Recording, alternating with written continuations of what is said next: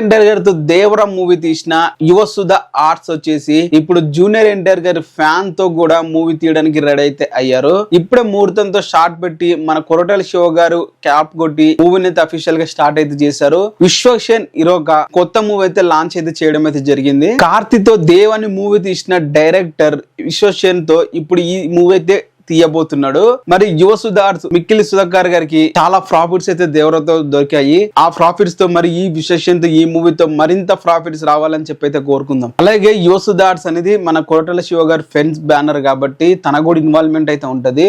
So definite గా ఈ మూవీతో మన విశ్వక్సేన్ ఇట్టు కొట్టాలని చెప్పి కోరుకుందాం. ఒక కంబ్యాక్ మూవీ కావాలని చెప్పి అయితే కోరుకుంటున్నాను నేను.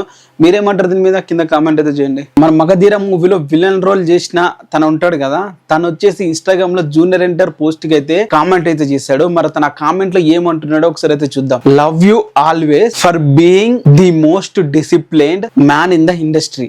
లవ్ యూ ఇంత డిసిప్లైన్డ్ గా ఇండస్ట్రీలో నువ్వు ఉన్నందుకు అని చెప్పి అయితే రణదేవ్ బిల్లా యాక్టర్ దేవ్ గిల్ అయితే ఇన్స్టాగ్రామ్ పోస్ట్ లో కామెంట్ అయితే చేశాడు. True inspiration, love you always. అంటే జూనియర్ ఎన్టీఆర్ గారి జర్నీ చూస్తున్నాడు. తను ఇంత హార్డ్ వర్క్ చేస్తున్నాడు, ముందుగా చూస్తున్నాడు కాబట్టి ఇండస్ట్రీలో నువ్వు ఉండడం ఇంత డిసిప్లిన్ గా సూపర్ బాబు అని చెప్తూ, అలాగే నువ్వు ఒక ఇన్స్పిరేషన్ అని అయితే తనైతే అంటున్నాడు. మరి అంతే, ఎవరైనా అనాల్సిందే ఈ మాటలు.